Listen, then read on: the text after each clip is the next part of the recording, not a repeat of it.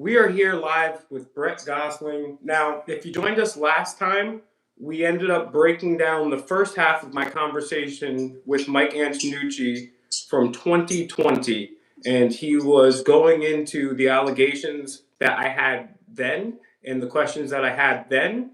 It stopped about halfway, and he was kind of talking about Brett at that point. So I thought that would be a good place to stop. But Brett, first and foremost, I want to say thank you for joining me, but more importantly, thank you for what you're doing right now, because I think it's tremendously important, and I believe that you've inspired other people to come forth too. So I really, truly thank you for that.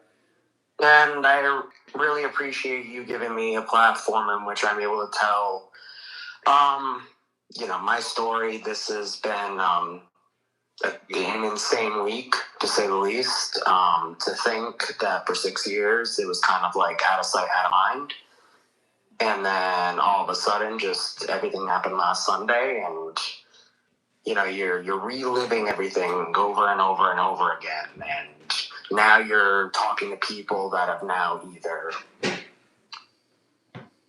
I guess, seen the light, or in a sense just see through the facade at this point, and hearing their experiences through everything, and then people that knew for a long time, and that were like me, that were victims but felt a little bit too, I don't know, the word could be scared.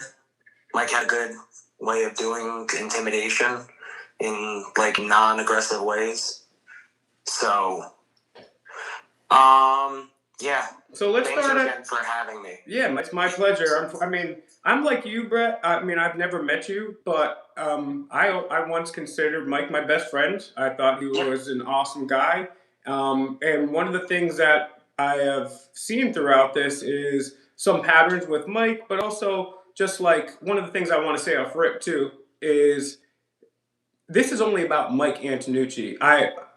In my research, the people at XWA were nothing but stand-up people, some of which I knew before, a lot of which I haven't, but these are tremendous people. So this is in no way reflection upon the workers at XWA whatsoever. But let's jump right in. I don't want to ask you any leading questions or anything like that. Let's start with your experience in the XWA, and if you want to do it chronologically, or however you want to do it, but just tell people your story and take as much time as you'd like. Yeah, absolutely. So I met Mike Antonucci in 2017. Right around the beginning, I was on winter break from my freshman year of college. The main reason I was going to XWA was because I was at Showcase Pro Wrestling, who you just did a podcast with last Thursday. I had trained there for about 2 years, and I wanted to broaden my horizons with my wrestling training. So at the time, XWA had Matt David and Mike Bennett and Vincent and TK Orion running classes, and they were on Ring of Honor television. So I saw that as a great opportunity to go learn from people that are on TV, because ultimately what I wanted to do was be on TV. And so with going to XWA, you meet Mike, and next thing you know, Mike like a day after meeting me, I start going to the trainings and everything. And just over time, Mike just kind of was super nice, super friendly, like always like reaching out, trying to help. Like I remember in like my first week, I had rode with him and like two other wrestlers to just a local one-off show in Massachusetts, and then we all went out to a bar after, and we all had a good time or whatever. And just over time, you just kind of you develop a friendship with him, because he kind of entrenches himself into your training when you're there if he takes a liking to you. So it's like you're not only training with Matt and Mike and Vincent and all them, but then you have Mike that's also like chiming in your ear, telling you, oh, maybe you should do this, maybe you should do that, blah, blah, blah, blah. Like he gets a real interest in you. So at that point, I had done like 2 throwdowns. I had gone back to school at that point.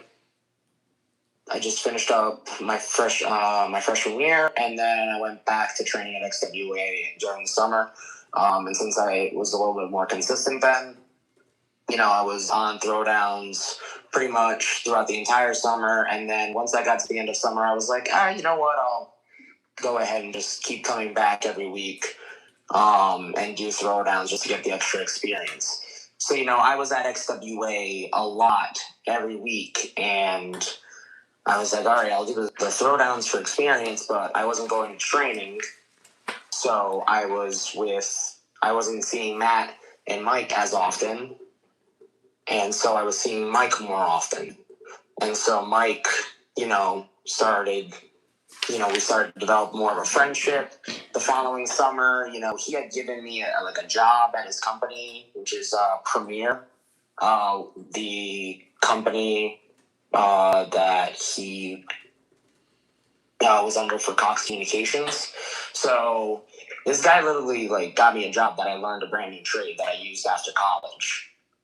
So yeah. Well, let's take a quick turn there. What was it like working at Premier? It was interesting, to say the least. Like I said, I knew I learned fairly quickly, but my first day, I had gotten in the truck with this guy Jason, and Mike had just mentioned hey, don't mention that you're a wrestler, by the way, because at that point Nick Delta, also known as Nick Gossellin, was there as a tech, and that's how I had found out about the job in the first place. This other kid, Buddy Costa, was also a tech as well. So Jason had taken me out. I'm going to pause you really quick there. Yep. So why wouldn't Mike want people to know that you were a wrestler? What do you think the motivation is? Because in his words, he was afraid of the other techs getting annoyed and mad at us because we were the ones that were getting the better routes. A 60-point install would normally wind up on my board, and I'm a fairly new tech. So they're normally the easier jobs too. So that's what kind of made it easier, and you get more money. And then unfortunately, that was it for the guys that Mike really liked. But then I know with Jason Daniels, who's related to Jason Kershaw, he was working crazy hours just trying to make ends meet, and he's not getting these crazy cool routes and everything. And Lord and behold, the first day that I'm with him, there's a video of a wrestling ring being moved and playing on my phone, and he saw it, and he's like, "Is that a wrestling ring?" And I was like, "Yeah." He's like, "Is that how you know Mike?" I'm like, "Yes." And he's like, "I'm a wrestler, right?" I'm like, "No, I didn't." He's like, "I train at Top Rope." And I was like, "Oh, okay." So Top Rope is a school out of Fall River. So yeah, that day one, I don't understand why he didn't think that I wasn't going to, figure out that Jason was a wrestler. But yeah, first day, and then all our checks were written out by XWA for Premier. Yeah. That's interesting. Yeah. These are things that I've kind of talked about with other people that were involved, that I'm just going to keep private for right now. Sure, absolutely. Anything that you don't want known, like I said, and I'll just take a quick break from Brett's testimony here to remind you guys, this is a brave individual coming forward. Like, share, and subscribe so that Mike can never be involved in a Little League, Boys and Girls Club, wrestling whatsoever. And just on Brett's point, if you guys have more information, I've been receiving information pretty much nonstop all week long. You can reach out to me, fakemikerealnews@gmail.com, or Instagram, fakemikerealnews. And as anyone who has watched these videos can most surely tell you, I have kept my word and always will on keeping people anonymous, shall they choose to do so. So very interesting. he's paying. He doesn't want anybody to know you guys are wrestlers, but he hires all wrestlers and he's paying you from XWHX. Very interesting. Yeah, make a note of that. I'm trying to think about how many wrestlers at the point. So just at Cox Communications alone, I'm thinking me. I'm already counting up to 5. We're probably around like 8, 9 people were there at one point, all wrestlers. And which is interesting because there was a point where Mike was doing the same thing for Future Technologies, which is another contractor of Cox, when he had a whole bunch of people that used to come from the Boys and Girls Club there, working with them. Only before the rest was Boys and Girls Club. Now, I don't want to derail you again, but please continue. Yeah, no worries. I wanted to know, were you an employee or an independent contractor? No, I was an independent contractor. And another note that I didn't mention was that his brother George was our manager as well. What was that like? Yes. He was our manager, and this was a constant, this was a pain, like a huge pain on a daily basis. Mike had control of everybody's routes, and so he would overstep George a lot, and he would, tell me to go do something, and if George told me to go do something else, I would have to be like, well, no, Mike told me to do this. And there was one time he literally yelled at me. He's like, Mike is not your manager. I am your manager. You need to listen to me. Interesting. So there was a constant conflict back and forth between the two of them. Yeah, that's one of my meta questions. I'm very curious. This is, I guess, really neither here nor there. What his brother George may or may not have known regarding this entire situation, because it seems like they're pretty closely knit. But yeah, anything else weird with Premier working for Mike? Oh Jesus. There was a couple things. There was a time, this was a thing that he used to do, and I'm curious as to why we eventually lost our contract with Cox, because we just showed up one day, and I remember this kid, Alex, came up to me and was just like, oh yeah, nobody has work. We're like, what? And so, one day goes by, Mike's like, hey, don't worry, everything will be fine. 2 days go by, it's like, everything will be fine. We're going to go to Xfinity, blah, blah, blah. There's already a new plan in place. And so that's where I kind of had, I started getting out of there, because I wasn't working for Mike anymore. And he didn't have control of my work life and my wrestling life. He just had control of part of my wrestling life at this point. So, but to go back a little bit, with the whole Premier thing, we have the whole point system. You touched on it a little bit. 60 points there would equate to about $120 per install. And, that's good. That's good on, one day, let alone if you have a couple other jobs on top of it. And each point is a certain, dollar amount. So for Mike, he would pay us $2 per point. So again, $60 times 2, you get $120. And so there was the issue of if we had to cancel one of those big jobs. So how did we do it? So we would go ahead and take the equipment that was supposed to go on the account. We would scan the barcodes, add it to this customer's account, close out the job. So I would close out the job and still make $120. Then I would call our dispatcher, and her name was Tasha, and she would then set up an SRO, which is a special request order, and she would put that on our board, which is another 13 points. So on top of that, not only are we lying about completing a job, we're also adding another job to take off that equipment that we just added onto the account. And that makes the equipment basically useless. We have to take that back and put it in a bin to send back to Cox and have them refurbish everything. That's absolutely insane. And that's just so that's theft. We also have alleged theft that I can't 1,000% confirm, but I'm pretty sure I can confirm that's just the reason that he left from the Little League. And then also, why did he leave the Boys and Girls Club? What happened at Future Technology? So all really, really suspect things. And then you're going to work one day and you show up and the place is closed. Yeah, and then there was other things one day I remember he had Austin Theory when he was on the Independents.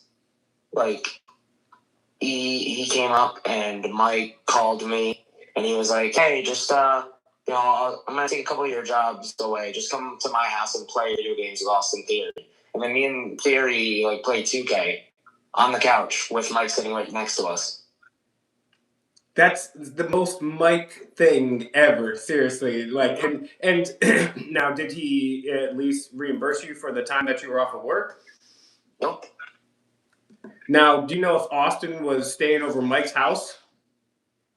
I cannot confirm that for sure, but I know that there was mention of wrestlers staying at his house.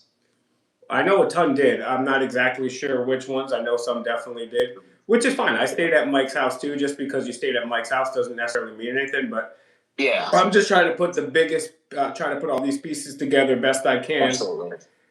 So, anything else from Premiere, and then if not, we can jump back into wrestling too. I'm trying to think anything else. So, if I think of anything, again, this is so much to relive. This is basically 2 years. That feels like 5 years in total. It feels like it was a lot longer than it actually was. But back in wrestling, where did we leave off with wrestling? So you met Mike, and this is funny too because Mike says he doesn't have any dealings with the trainees, some of which were underage, and that's been contradicted by saying, "Hey, you trainees, don't come over and get trained in the locker room. Come up to the Crow's Nest where it's completely not private." So that's interesting. But you were saying, "Hey, yeah, Mike took a special liking to you, so he kind of was there all the time." That's another thing Mike likes to do. He gets you to work there, wrestle there, completely manipulate. That's kind of my life story in a way too at the beginning. Mm-hmm. So the thing that I worry about with that building is the fact that it was his building, so he had control of the whole thing. So again, I'm not going to go into hypotheticals here, but that is one thing that I did think about last night. So with wrestling, I guess we can fast forward a little bit to later that summer. My dad passed away. Unfortunately, my dad took his own life in August of 2017. If anybody here thinks that a lot of this is just, mad at me, like I'm mad at Mike because I didn't like how he booked me,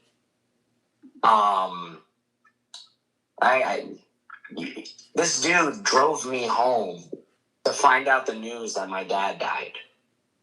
He was there. He took me off the road from my job site, and he brought me home where I found out the worst news of my life.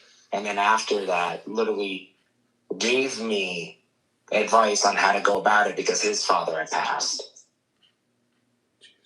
So, you think of things like that, and you're like, wow, this guy is a great friend.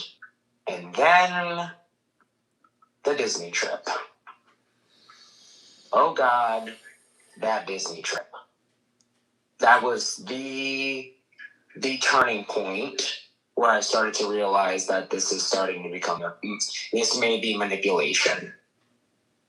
And so, again, I had just lost my father at this point.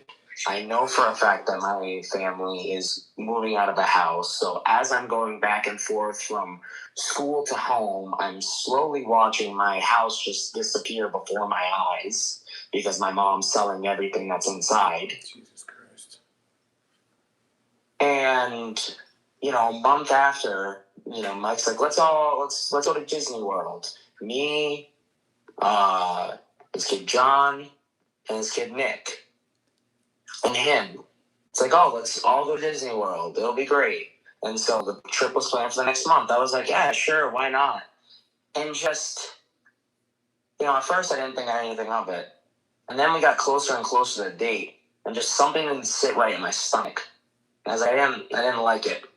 On top of it, it was like I was feeling sentimental because the last time I went to Disney, I went with my dad, and it was like I had told Mike this. I was like, look, the night before we were supposed to leave, I told him, I'm like, look, I'm pulling out of the trip. I didn't want to go. I had changed my mind, and this is at 9:00 at night. And I had been texting him, and he was kind of like pushing back, which I get it. He had spent $1,000 to drive me, to fly me out to fucking Florida. And so my mom stepped in, and she said, like, I'll pay you back for it. Like, I'll pay you back for the trip. Like, I'm sorry. And he's like, no, it's not about the money. He's like, he's making it out like it's supposed to help me. So then, he goes on the trip. They all come back.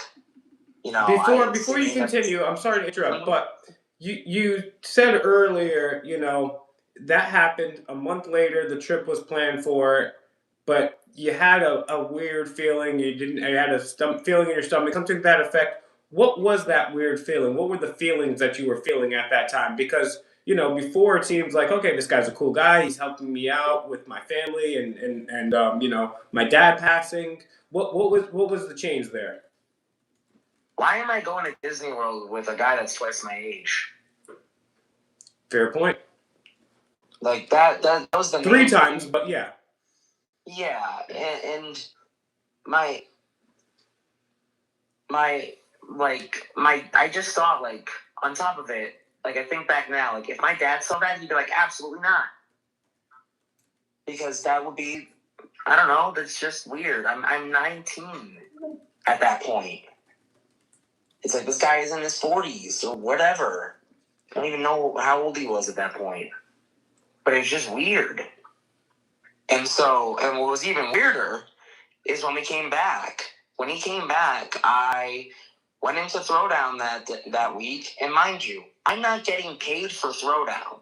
I am doing this for free every single week. And it was just kind of one of those things that you knew, hey, like, you're on the show every week. Because Mike and I had that relationship.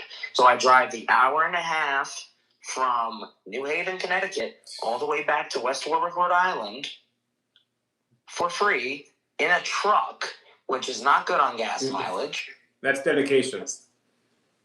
And this guy tells me that I'm being put in a backstage segment that's getting me written off. This team called the Hoods assaulted me backstage. I was laying knocked out, and then they wrestled my tag partner 2-on-1.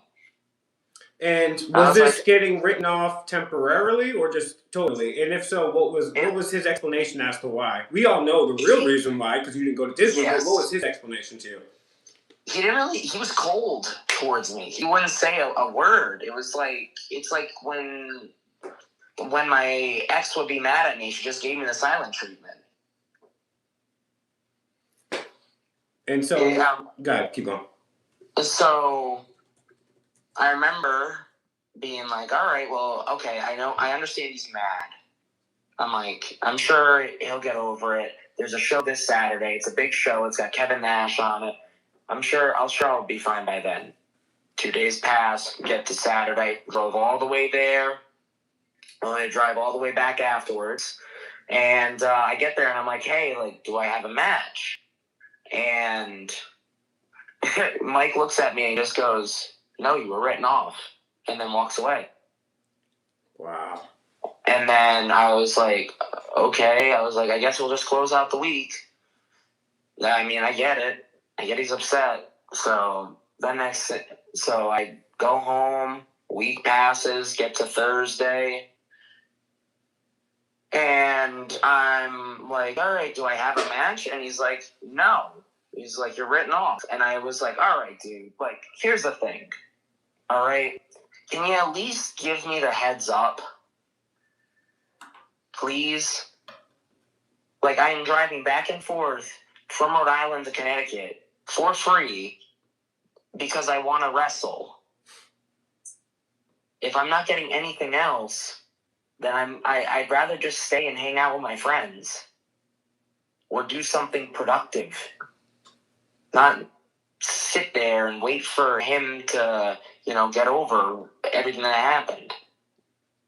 And so finally that night I just confronted him and I was like, look, like I'm sorry that I did down everything and I didn't go to Disney in it, but like, why do I have to not be on the shows? And how did he respond to that? It was the only thing that I can really remember from that is that he was very much trying to make me feel bad for the whole scenario. And he's like, Steel and Delta, they had like a ton of fun, and like you would have had a bunch of fun. And I was sitting there, and I was just thinking like, oh, Brett would have loved this. And I was like, like with my dad and everything. He's like, your dad would have wanted you to go. And it's not even 2 months. This guy is a real piece of shit. A real piece of shit. Like that is. So, yeah, keep going. Sorry. Yeah. No. You're totally fine. It's just when I'm on a roll, sometimes I just keep rolling. So this leads into, the whole massage room promo. And the reason why I tell that story is because it very much tells you where my mind was at this point. He had complete control over me at this point. So so that's like, oh yeah, you want to get back in my good graces? Do this, right? And this makes sense. Your way back in was Mike sexualizing you. And that's the thing is like, yes, but it took a minute to where it was like it felt like he needed to make sure that he had his control back. Exactly. And he wanted to get you back under the auspices of being in a sexualizing manner. Disgusting. Mm-hmm. And so I remember, like, I read the first part, heard the first part of the phone call and everything. So I'll just go beat by beat and we'll go how the story goes. There was a thing that Mike did a lot where he was like, oh, just come on, we're going to just hop in the car. And you just do it. And you'd hop in the car. Yep. And he's telling me this promo. He's like, so I have this like idea, you beat Trips last week. I beat Trick of the OG with a count out win the previous week before. And my tag partner, Nick Delta, who was on the outs with Mike at this point. I'm sorry to interrupt you, and I promise this is actually one of my specialties. If anybody has been watching my channel for long enough, it's my specialty to interrupt people. But my apologies. I just wanted to bring up this point.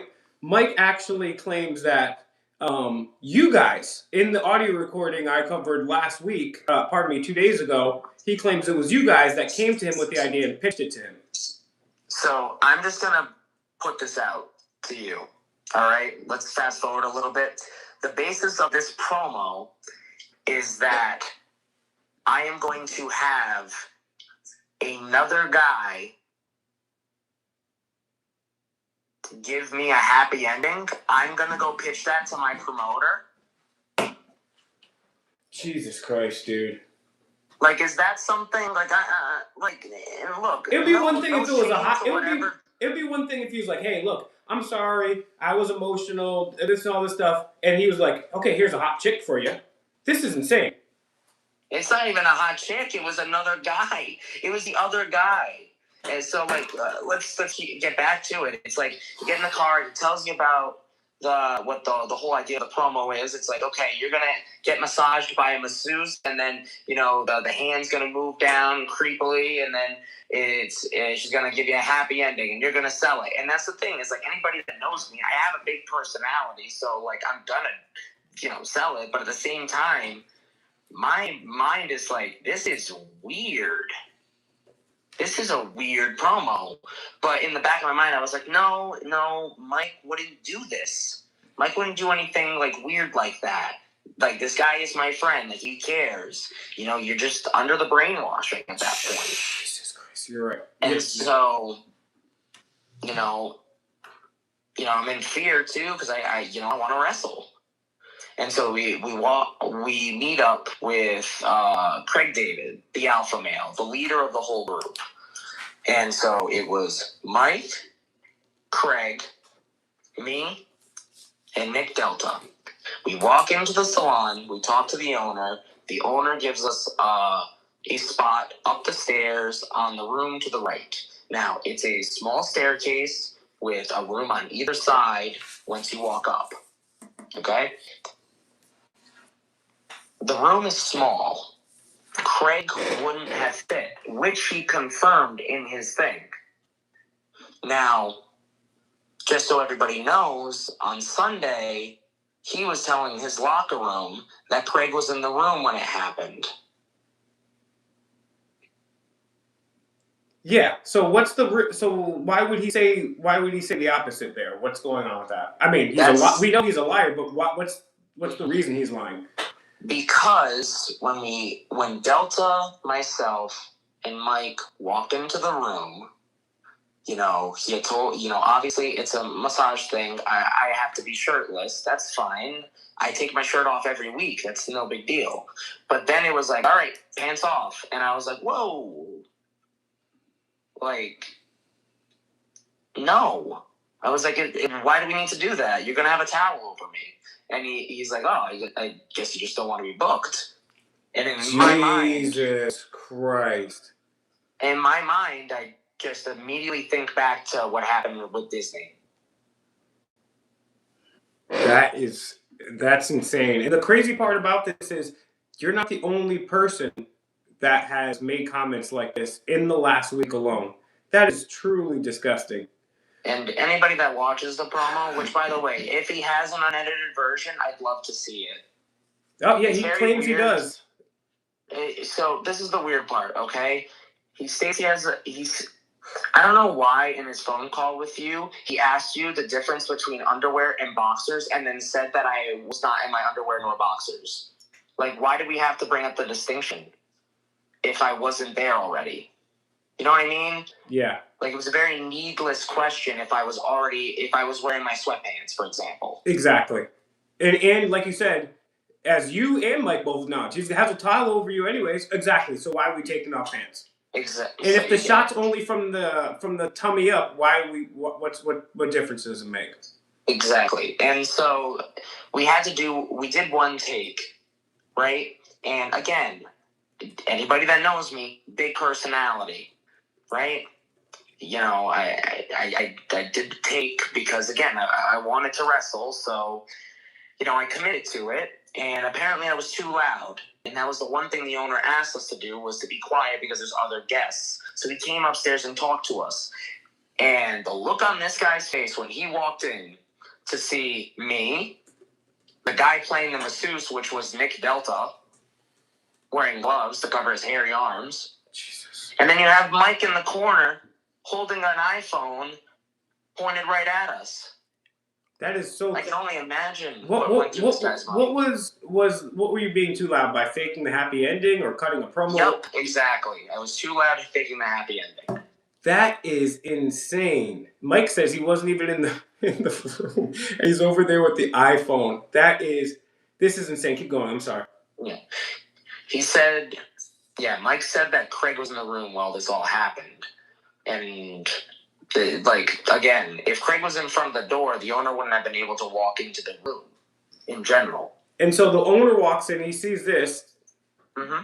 And what's his reaction? What happens next? He just reminds us, hey, guys, keep it quiet. Keep it quiet. So we were like, oh, yeah, sorry. And then closed the door. And then we did the second take, and then the second take was good enough. And so we walked downstairs. We met up with Craig. We filmed the other parts of this promo, which one of them was Delta having flowers in his hair to make him look stupid because he was on the outs with Mike because he quit Premiere.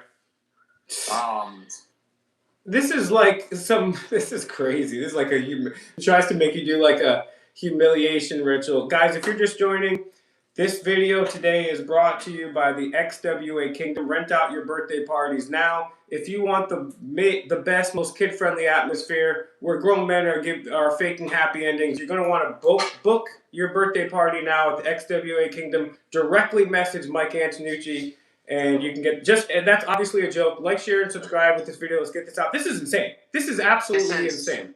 100%, and it's like I'm in denial at this point. I'm like, everything was fine. Like, I kept telling myself, like, everything was fine.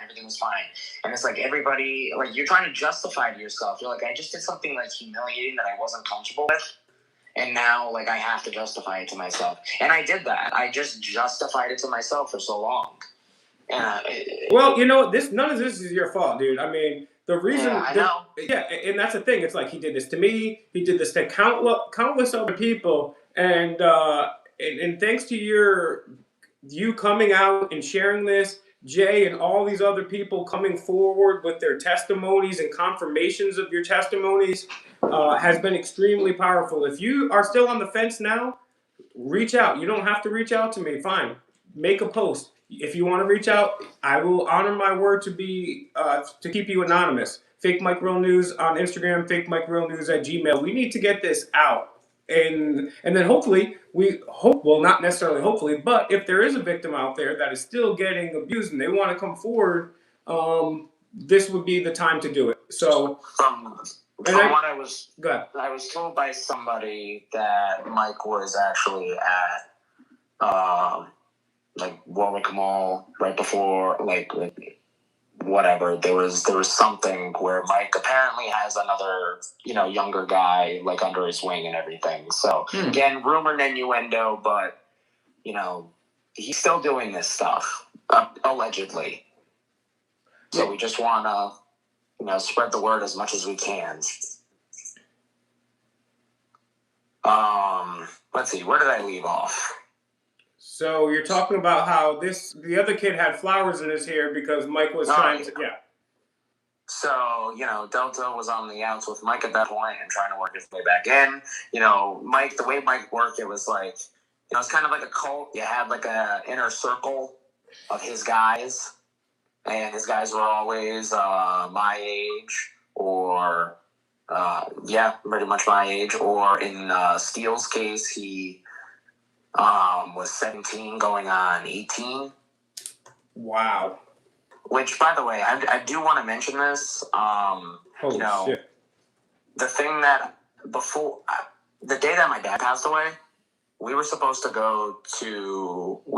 supposed to go to a graduation party put on by Mike at the event center for John Steele. What? Yeah.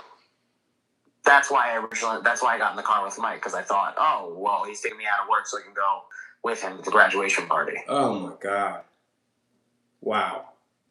This is even more bizarre than I imagined. Wow. And so I have confirmation from 3 different people who came to me and told me what happened to them while they were underage. I'm getting information from you saying when Mike was first at least hanging out with Steele, he was as young as 17. And then I also have right here this individual who came out when he was 16, 17, who accused Mike of SA as well. Yeah. He had a favorite thing, and I'm sure people that are wrestlers will remember this one. He had a deal where he would grab you for a choke slam and then make a big whirlwind motion with his left hand and grab your ass. Yep, he's been doing that since the Boys and Girls Club. Like, since I know him. Like, he's been doing that since... this is insane. Now, did I pitch something to him? If I would pitch something to him for like an angle or a storyline, his response would be like, "Oh, you don't nearly grab my ass enough to do that." Christ. Did he ever ask you to get on the camera, push any customs or anything like that? So he never directly asked me. But there was this time where he told me, hop in the car. We got to go to Lowe's and grab some stuff. Probably like tables or whatever. And I remember on the way there, he was like, "Oh yeah, the promoter for this customs thing that we have at the event center, he saw you, and he was thinking of like a skater boy gimmick for you." Oh my God. I'm sorry. I'm shutting up. This is just too. This is insane. Mm-hmm. So then we go into, leaving the massage parlor that day. I remember we walked up to the counter as we were leaving, and the owner just kind of looked at Mike, and he was like, "This is for comedy, right?" He's like, "Yeah." He gives that nervous laugh. That I will say, you pointed out some stuff that was like very much like, oh, he's doing this to make sure that you stick to the conversation. I was like, oh my God, like you're pointing out things that I fell for, like very much so. So that nervous laugh, like he was definitely on the fence about how how the owner saw that whole scene when he walked in, and we never mentioned that salon. Normally, places want us to give credit if we're going to use their venue or anything to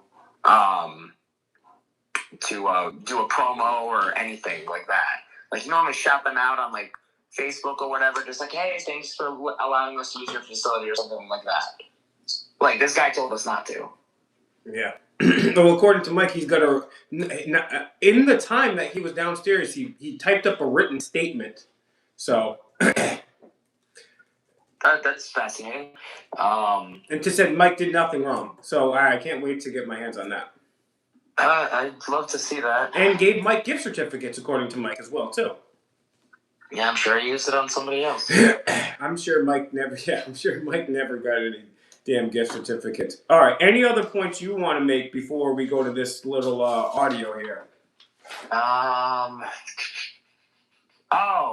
The reason why So, this is the thing. All right. If anybody wants to know why I decided to jump on this call, it's because he decided to involve my mother in his lies. And, like, I got one parent in this world, and you're not gonna bring her into this and act as though you can just use her name to come up with a lie as to why you and me were not on good speaking terms at that point. The reason why we were not on good speaking terms is because I left XWA and I went to go train at Top Rope Promotions. Now, I want to make this very clear. The opinions that I cared about the most was Haven and Vinny, because they were the ones that pushed me to go and train with Ryan in the first place, because Ryan is their trainer. So why is it that Mike is sitting there and trying to be like, Ryan Drew is a toxic person. Ryan Drew is going to feed you the top rope poison, and you're going to get caught in the top rope web, and you're never going to go anywhere, and you're never going to wrestle. You know what's ironic about that? I was wrestling in 3 places at that point. 1 place in Maine, 1 place in Southern Massachusetts, and 1 place in Rhode Island, and that was XWA. I was doing nothing else besides that. And after I started training with Ryan, I ended up going everywhere, helping out at different places, like really busting my ass. Like, he's the one that motivated me to go out there and like really work hard. Mike was upset that I was taking Ryan's advice over his. And so he knew that one of my favorite wrestlers, because he was one of the guys that I was talking a lot about at the time, was Jeff Jarrett. And XWA had a Jeff Jarrett seminar. And so, since I wasn't going to the school anymore and training there, Mike sent me this very, very long message. One of those iPhone messages that you have to click on to see the whole thing. I haven't gotten that from an ex-girlfriend, a girlfriend, ever. I just need to make that clear. My Also, JT Dunn has seen this text, and his response was, he's acting like you broke up with him. That's someone's personal account of reading that message. So this is, to sum up what was said in this message, it was, he didn't feel comfortable enough with me going to the Jeff Jarrett seminar, which is, it's his mind games at work. He's like, I don't feel comfortable with that. And then he like guilt trips me and says like, you know, I was really excited to give you this match with Santino. And you were it was gonna be a tag match. It was gonna be me and King Leon, which they talk about, by the way, in your he talks about, by the way, in your audio recording of him, against Matt Striker and Santino. He was supposed to apparently I was supposed to be in that match, and it made sense, but he was taking that away from me also. You know, not for nothing, but everybody in that area at that point, Taven, Vinny, they were super supportive of me going to top rope and broadening my horizons and going other places. And Mike was like, nope, you don't want to go here. You don't want to train here anymore. Too bad. No more throwdowns for you. You're not gonna do any of my big shows. You're not gonna get any of the big matches. Blah blah blah. And I was like, all right, man. Like that. Like first off, like the Santino match that sucks, but like the Jeff Jarrett thing hurt more. I was like, you know, he's one of my favorites. So it was like that's the part that I was like, all right, dude. Like we're done. Like I'm not talking to this guy anymore. Now remember, he was my boss at one point. So tax season comes up. This is around 2019. And yes, I did ask him about my taxes because he never disclosed to me. I'm a 19-year-old, at this point, I'm a 21-year-old kid. And, you know, when I was 21, I didn't know a lot.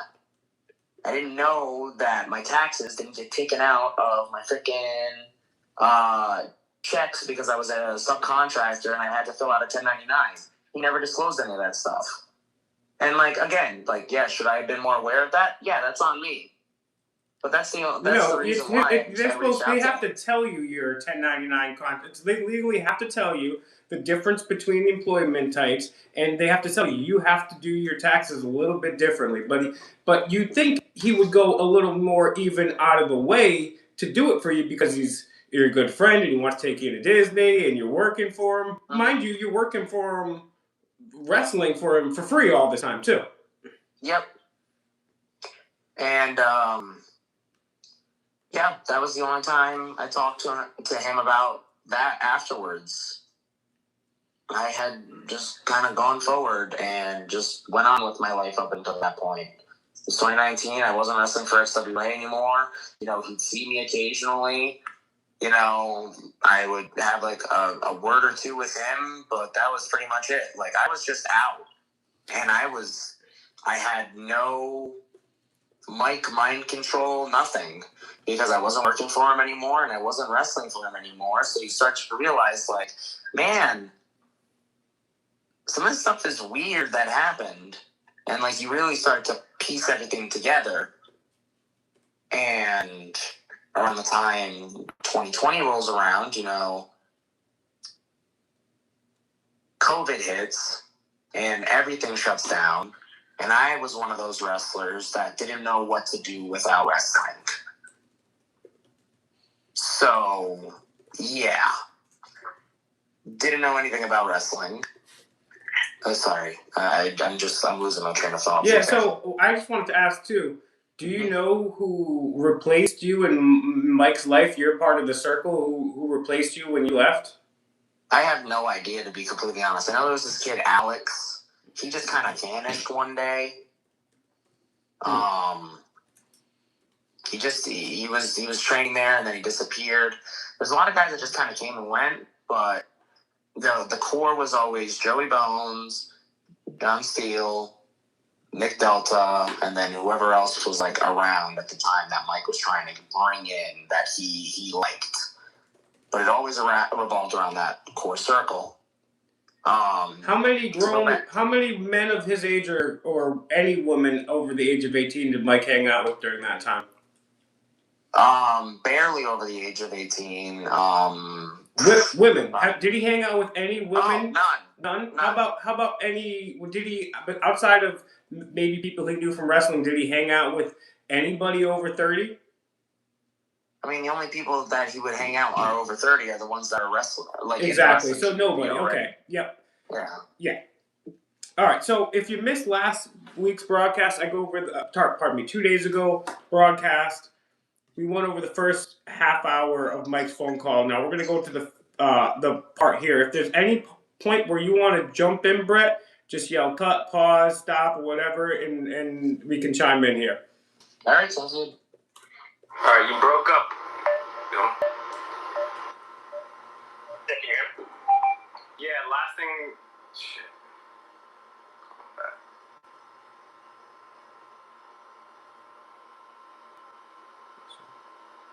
Hello? Brett, are you hearing this, by the way? Yeah, I'm hearing it. Thanks. Yep. Yeah. Can you hear me? Yeah, you not on Wi-Fi? I'm just walking, I'm pacing in my driveway. Okay. He's nervous pacing. What was the last thing you heard? Something about the owner did walk in.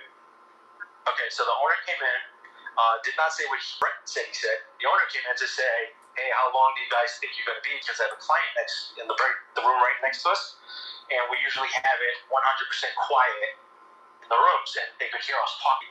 So we're like, oh, no problem. Like 30 seconds, we're wrapping up right now. That's exactly, and I went to the fucking owner, and he fucking gave me a written statement.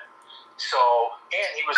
A written statement? Sponsoring the Rumble 20. He was giving away, like, massage certificates and whatnot for us to raffle off. So, like, yeah, for somebody so creeped out, he's sponsoring the next fucking show. Oh, wow. So, well, that's what I mean. So, like, Brett's... Like, first of all, it's not even a well thought out lie. Like, so here's the kicker. Here's where Brett can get into trouble, and I have to decide what I'm going to do.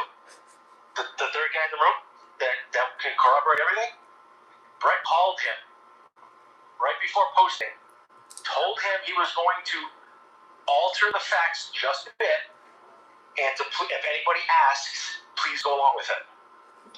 What the fuck? What? Okay, pause. Go ahead. Okay. The phone call part is true. Here's my thing. It was speaking out. I'm not one to put my private life out a ton. Anybody that knows me knows that, yes, I am very out there, and there are certain parts of my life I'm very open about, but there are certain other aspects that I keep to myself. And so coming out about this story is big. And so I talked to a bunch of people. Sorry, go ahead. And the last person I talked to was Delta. And that's because if he said to me, no, man, like nothing really happened, I wasn't going to go through with it. But I was 90% sure I was going to if he said yes, because that would give me the confidence. And Delta and I, unfortunately, at this point, were on a very strained relationship because part of me was mad at him for not speaking up for me. So let's I just want to put this into context. Mike here is using classic, absurd intimidation and bully tactics, saying, oh, I'm going to come after these two people for telling something that's true. Meanwhile, if you remember the last 2 days ago phone conversation, he was like, "Oh yeah," and with the Brett, he just heard him say Brett stuff. I think I can get legal stuff against him, like coercion and conspiracy. What coercion and conspiracy to tell the truth? Meanwhile, you didn't say anything to Grogan, who said you were a schmedophile and named you by name. Have you ever heard from Mike's lawyers? No. I heard recently that he did reach out. Because again, a lot of this stuff is rumor, and a lot of this stuff is second, third-hand information. But again, like a lot of this stuff just adds up a little bit too. Why is this guy going? I know for a fact that he told people he was going to file a defamation lawsuit against me. From what I'm hearing, he's telling people that like he did it, but it wasn't about the money. It was just about getting it on my record. Still haven't been served. Yeah, you will be. Don't worry. And that's just. I want to take one more sec before we continue this audio. Don't be intimidated. One, libel, slander, defamation are very difficult to prove, but even more importantly, if it's the truth, it's not any of those things. So if you have a good, true story, please come forward. And so, if I can just one more note on the whole Nick thing is, yeah, I had the conversation with him, and I apologized to him for being a bad friend up until that point, because I told him why I was mad at him originally, and he understood. And I told him, like, look, man, like, what happened? I don't know. It doesn't feel right to me, and I think I'm going to say something. And the only thing is, I'm not going to mention him by name, and I'm not going to mention XWA. So if he's saying that I altered facts, that's the only thing that I altered. So you told the truth and left out details. I left out details. He should be kissing your ass. Yeah. And so the only thing that I said that would in any way give any hint or innuendo that it was XWA would be that it aired that Thursday night. That's it. There was nothing that I could have said. That's all I wanted to do, was just put the story out there so people know that this is happening, and if anything comes of it, great. But I made sure to keep myself safe in that situation. So, Lord and behold, Delta tells me, yes, I'll back you up. And then the post goes live, and a couple hours later, he posts a retractment of his statements, saying that I reached out to him. And originally, he was going along with it, but then after thinking on it longer, in my opinion, just means Mike talked to him for a very long time, and he retracted his statement. And I remember XWA immediately retweeting that statement. And then on top of it, Nick Delta, I know for a fact, was in the main event of Throwdown for at least 3 more weeks after that. And at that point, he was never in the main event. And when I called Delta up one night after I had kind of cooled down for a couple days, and I asked him, why did you do that to me? And he goes, I just don't want conflict, man. I just don't want conflict. And I just go, all right, I'm not going to disclose what I said to him. It wasn't very nice, and I turned the phone off. What has his response been to the events of the last week? I don't know. I haven't spoken to him in 6 years. I personally have no interest in speaking to him after 6 years. He's the only one that knows what happened in that room. And he pretended like he's somebody that used to claim to be my friend, but when I needed a friend most, he just turned on me. And I'm like, okay, I get it. I know how Mike works. I understand, but it's not like it doesn't hurt. Yeah, that's. I'm gonna have to dig into him a little bit, see what's going on now. All right, let's get back to this video. Mm-hmm. So when the other kid saw it posted, he fucking called me up, crying and fucking hyperventilating, confessing, saying, "Look, I don't want to go along with this. I know that's not what happened." I said, "Stop right there. Stop right there." I fucking called Jose on a 3-way. I merged him in. I was like, "Jose, please listen." Like, before I merged him in, I said, "Jose, I'm merging you in the call. Please just shut up and listen." I don't want anybody to have to take my word for it. I wanted a third party to hear this. You know what I mean? Because I clearly see what the fuck is going on, and nobody's going to take my word for anything anymore. So I wanted Jose to be on the line here, this fucking confession. So, yeah, why not just record it? But let's... Merged him into the call. And this kid's like, he called me up. He called me out of the blue. I hadn't talked to him in months. He just said, I'm going to post about that massage thing. And that it was, I thought it was a little weird. He said I was going to alter a few things. And I just said, yeah, whatever. I don't want to be a part of this. And So he said, but then I saw it posted, and I was freaking out, yada, yada, yada. So I'm like, listen, obviously, that was so that's called coercion and conspiracy to defame. That's criminal. Coercion is criminal. No, that's not. It's not coercion. It's no criminal thing. If you have the video, Mike, I mean, this guy's this is insane. But he wants to press charges against you for telling the truth for something that he apparently has the unedited video of. Meanwhile, it's supposed to be a family-friendly show, and he wants one guy to give another guy a happy ending. Meanwhile, someone's calling him a smedophile, naming him by name, and he doesn't do anything about that. Weird. So, just with that kid's testimony, which I have, like, I can go after Brett, you know what I mean? Criminally. Because that was up there for the fucking public to see. Even though, again, the same weird wording didn't mention my name, didn't mention XWA. I swear to God, they were, like, told not to do it. You know what I mean? Like, how would both of them think to do that? Where do you think that they were being told from? Because that is pretty interesting. Yeah. This is where I call him out. And Mike usually has an answer of something, right? Because I'm playing along. Yeah, Mike, it's a part of a big conspiracy. Who was telling him to do this? And he pauses. And he's like, yeah, because who? Yeah. What is Hillary Clinton and Donald Trump and Big Yahoo controlling Brett and saying, oh, yeah, this is crazy? Well, I know who he thinks. Sorry. No, go ahead. Pause that for a sec. Yeah.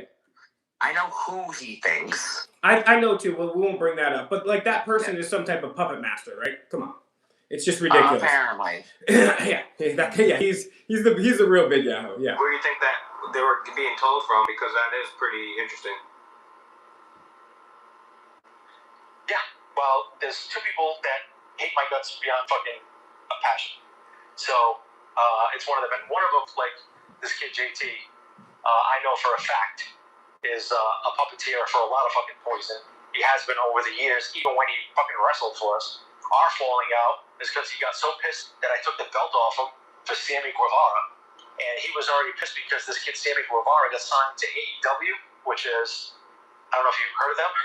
They're a big company now, like the old WCW. They're kind of making a run towards the WWE. Okay. Backed by the Jacksonville Jaguars, and they have more money than Vince. Oh, wow. So he's got more details about this than his AE and all this than this. And Cody Rhodes is like... This is what I mean. So if I can just put a pause on this just for a second. Yeah. Why is he trying to impress you in that moment? That's what I'm saying. I'm not looking to be impressed. I'm looking to make sure you're not harming children. He's trying to control the conversation. Whoa, AEW. Whoa, that's cool. I'm not saying AEW is not cool because I actually love AEW, and I think the best wrestling storyline of all time is Broken Matt Hardy, which I believe started in AEW. But, like, this is not a time you should impress me. This just goes to show how delusional Mike is. He had 20 people outside in the rain on Sunday, and when confronted with that information, he has to go flip on the music, mess with the music, and then he gets to come out and stun somebody at the end. This is absolutely delusional. Let's keep hearing what Mike's gonna say. He's the main guy over there. So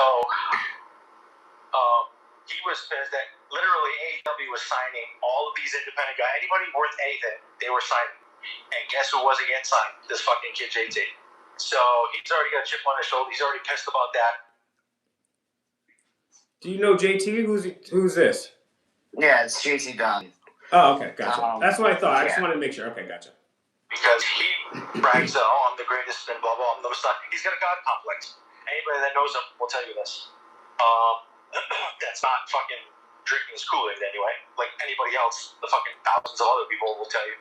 So his big thing, we were fine. He was champion for a while because you got to stroke his ego. He has a whole... So this whole conversation is about people like, oh, this is my beef with this person. This is my beef with this person. It's not defending against the accusations here. It's just a list of everybody wronging him. Not him wronging them. It's just a story of like 19 different people. Oh, well, we fill out this because and it's their fault. It's their fault. Blah, blah, blah. I changed a lot of bookings for him just to keep the peace and stupid stuff that I would never normally do. But I talked to Cody, and Cody was going to let Sammy bring our belt on TV.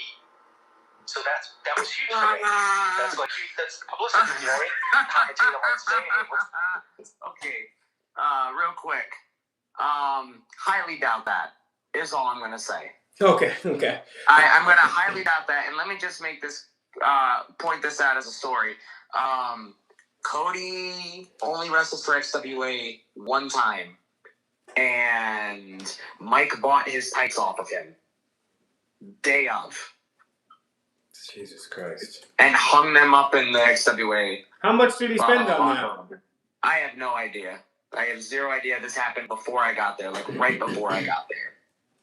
I mean, I'll tell you what, if I had the chance to take a picture with Cody Rhodes or Ric Flair, I definitely would. I definitely would not. I definitely wouldn't offer to purchase the clothes they're wearing.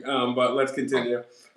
This other belt he's taken out, he's also the XWA champion. That's huge for me on TV. You know what I mean? Yeah. So I made the decision to put the belt on Sammy to do that. And holy shit, did he flip out.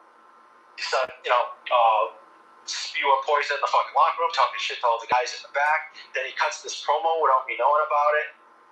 That he's how embarrassed he is and blah, blah, blah. And he officially quits XW. This is in the locker room before I didn't even know about it. This is right after the match. So, and then he posted 2 days later, and doesn't come to me and doesn't say hey, I'm not gonna wrestle here anymore. He's done this to 3 other promotions, by the way. He's running out of promotions to work for. And Take a drink. That's just him. But he started up his own thing because he can't get booked anywhere else. He's getting very few bookings, so he starts up his own thing in Providence at Fet Music. Do you know Fet? Yeah. In Olneyville? Yeah. So, can I pause this for a so second? this company called Beyond. Yeah. So I find this very funny that he is making fun of JT for starting up his own thing, because he started that up well before they had a falling out. Mike was backing this show because the show was running up against his competitor Beyond Wrestling, who Mike on numerous occasions made it clear to not only the people in the locker room, but the people in the audience that he did not like Drew Cordero or Beyond Wrestling. Keep so weird. He used to work there all the time. Well, Beyond fired him, so he hates them. Maybe even more than he hates me. I don't work equally now because now he doesn't work for either, so it's probably equal now. But he hated them with the passion, so he started up his own thing. He got that place because that's where they used to run, so that was like a slap in their face kind of thing. They used their venue. So they asked me to come on board as a consultant. I wasn't putting up any money or anything like that, just to consult. So I did it for the first couple of shows. First couple of shows were the only ones that they made a couple of bucks on or came close to breaking even. They weren't listening to any fucking ideas I had, so we started getting heat in the locker in the meeting. So, and the biggest one was they wanted flash sale is because their tickets weren't moving. So they were trying to get $20 for tickets, right? So they were on sale for a couple of weeks at $20. Then their big idea was, I'm going to do a flash sale and do it for $10. So I said, you can't do that. Don't do that. Huge mistake. Don't fucking do that. I said, even if you're going to eat your shirt at the fucking door or do a fucking flash sale at the door, don't do it now. And they thought that was, they didn't want to listen to me. I'm like, and I tried to explain myself. I'm like, listen. Now I'm just going to pause it real quick. Keep in mind, I'm calling someone that was my former best friend from age 13, 14 to age 19.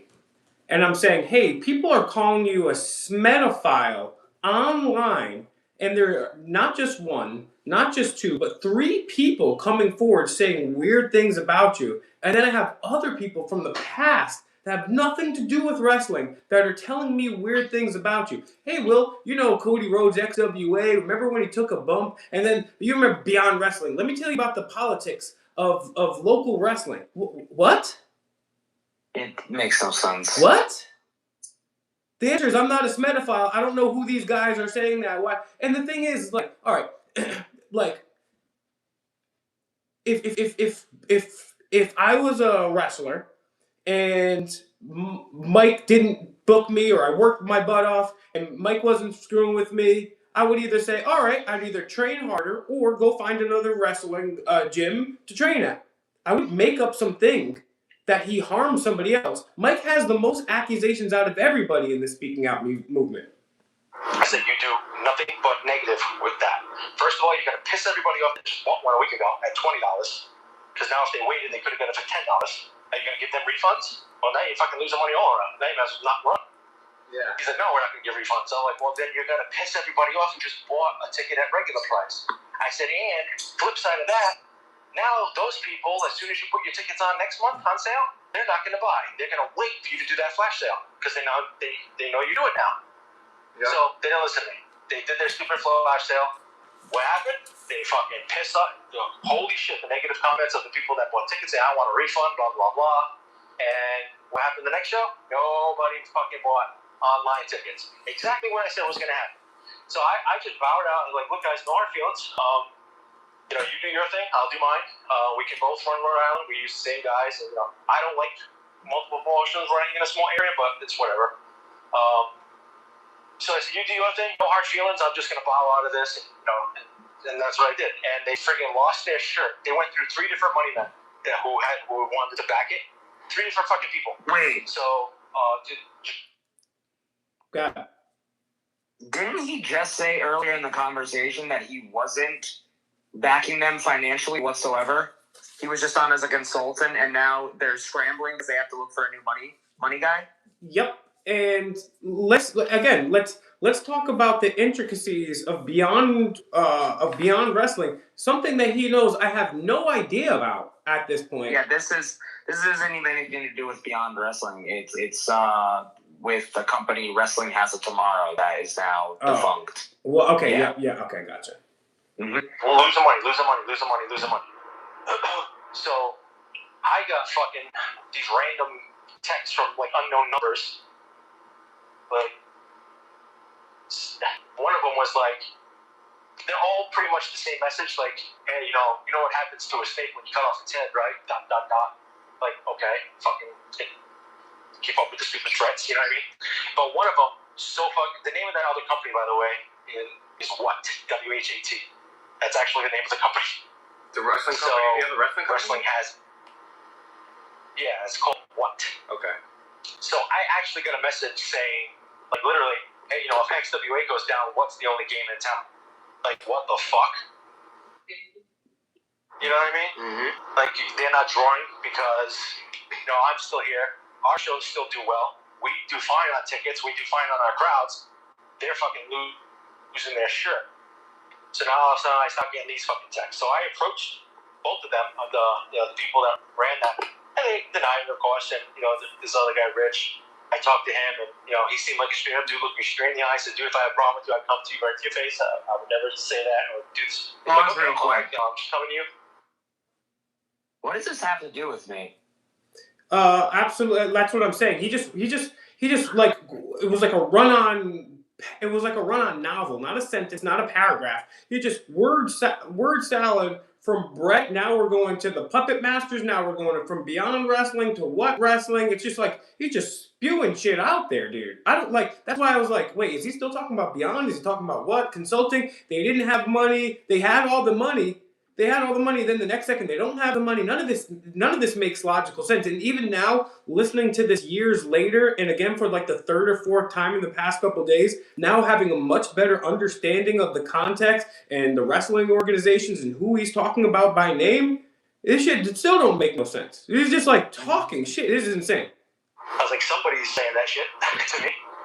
I'm like, so maybe it's a disgruntled fan. Who knows? Whatever. But at least that came to you. I still don't know who actually said it. I know it was said. It came up again recently. So, I mean, there's an agenda here to see me fucking go away. And I tell people all the time, like, dude, you're going to get your wish because I'm so fed up. Like, I fell out of love with what I used to love to do. And, like, all this bullshit, I don't need this bullshit, man. Like, I really don't in my life. I put my life on hold, Will. Like, literally, put my life on hold. All I did was work when I was young. Work, fucking cable, all hours of the day. When I did wrestling, put countless hours into the wrestling. Like, I want to have a family, dude. You want to have a family? Well, I'll tell you a fact, Mike. I'm not a biology major, but you can't have a family with underage kids. Like, I'm going to be fucking 60 when my kid's fucking 20. Like, how do you think that makes me feel? Yeah. Like, my time is running out. And, you know, and it's just, like, it was one thing after another. I was like, oh, well, next year I'll start doing that. And you know me. And I'm going to fucking start getting emotional. So it's like, I'm the most self-conscious person in the fucking world.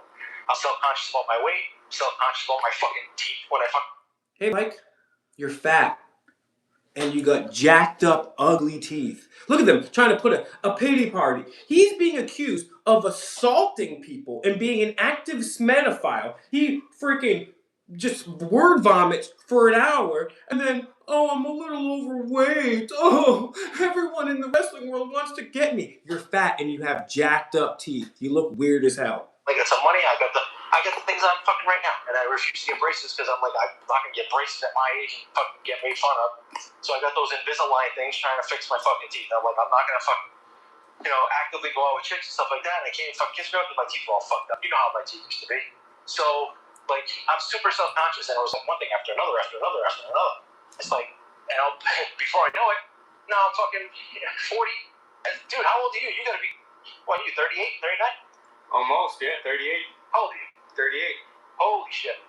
Yeah, so, did you, like, it flies by before you know it, it's, like, gone. And I feel like I wasted 20 years of my life on something, on wrestling, that these fucking local pricks are taking away from me, like, a legacy that I tried to build 20 years from. You know what I mean? How come all the notable people that have been here for a few years but come in, like, once a month, like, guys like Anthony Henry and James Drake, who are really high notable names in indies that have been working with me for years, come in almost every single show, that are with me at every single show.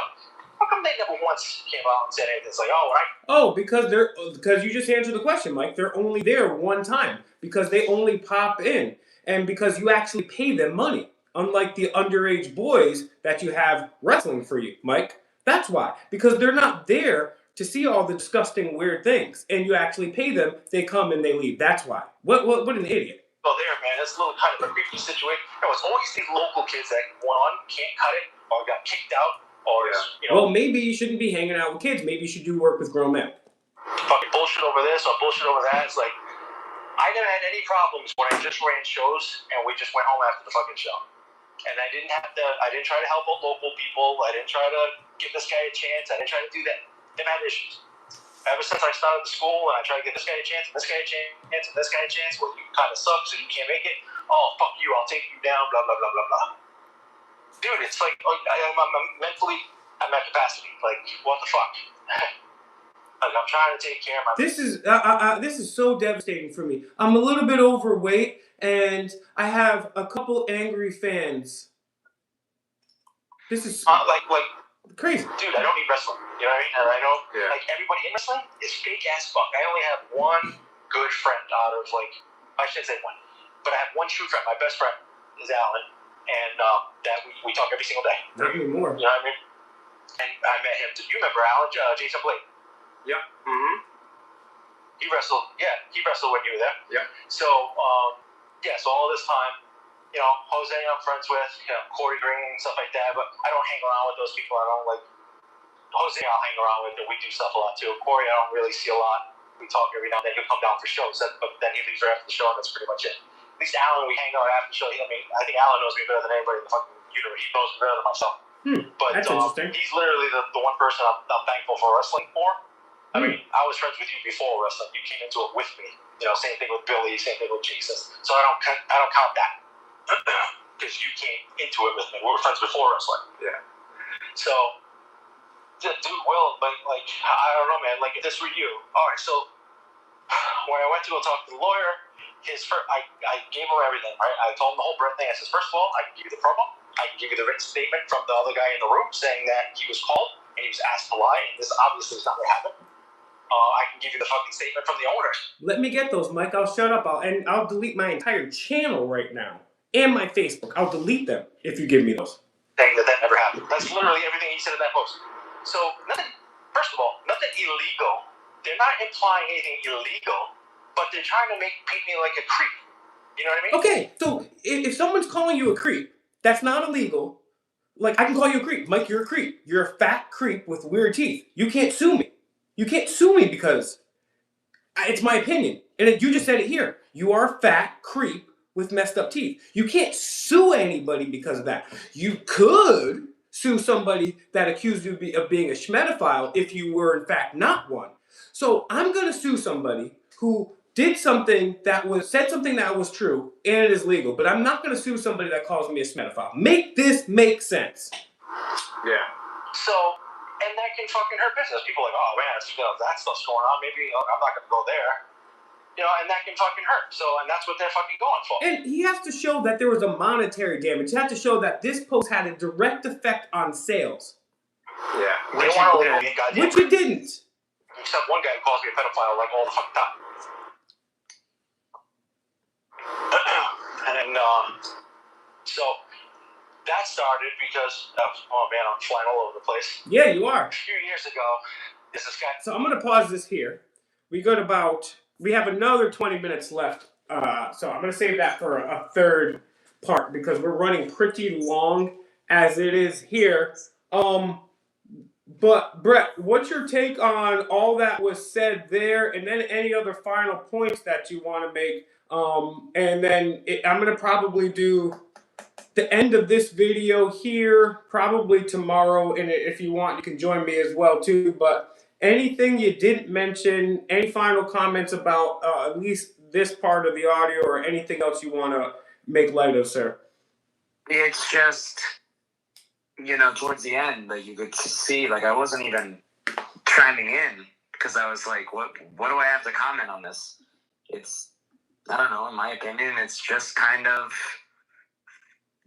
it's like, woe is me.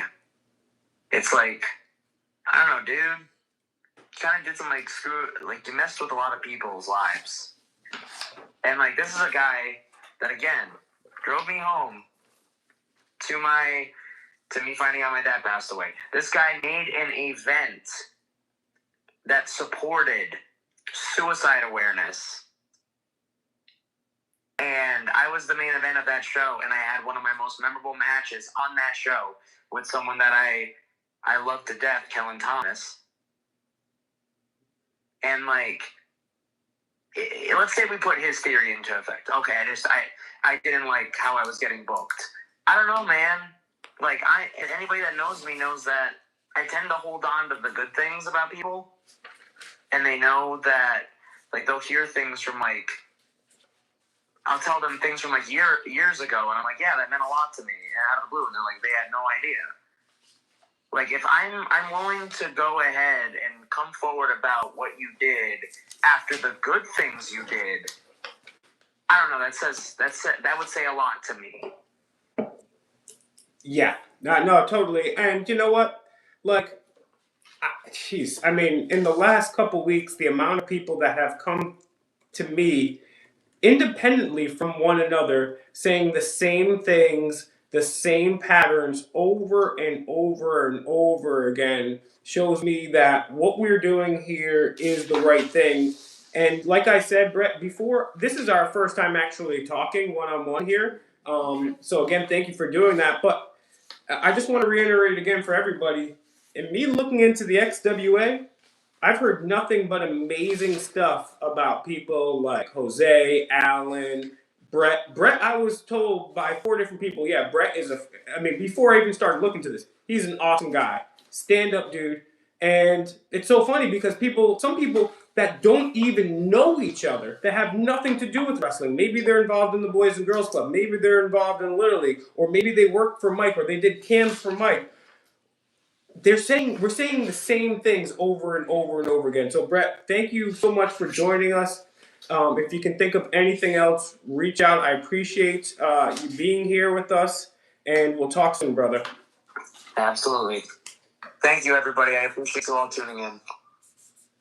All right. And Brett, man, super, super awesome dude. Now, we're going to end this couple thing. Mike, we're going to end it with the questions, as we always do. And then we're going to end it with not questions. 1, why did 3 people tell me what happened to them when they were underage? Why are there 4 new accusations within a few days of releasing my video, including one of which was underage? Why were you the president of Little League for 1 year? Why did you leave the Boys and Girls Club?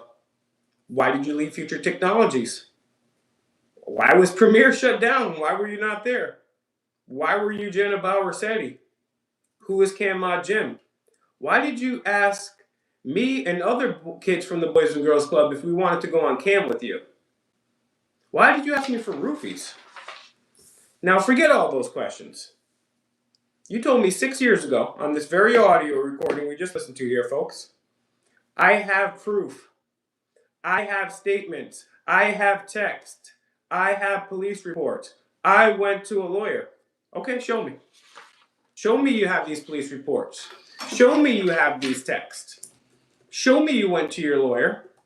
Show me this unedited video that you have from this whole thing with Brett. Because Brett's making this claim, Brett's saying this, and you say, yo, you can just shut us up with this unedited video. No, instead, you have people saying you may have harmed kids. You have people outside in the rain protesting, and you have to go play with the music. Then you go out and stun somebody. Then you just leave the whole state and let the amazing people there that built your legacy for you, the real backbone of XWA, the people that worked their butt off for free for you.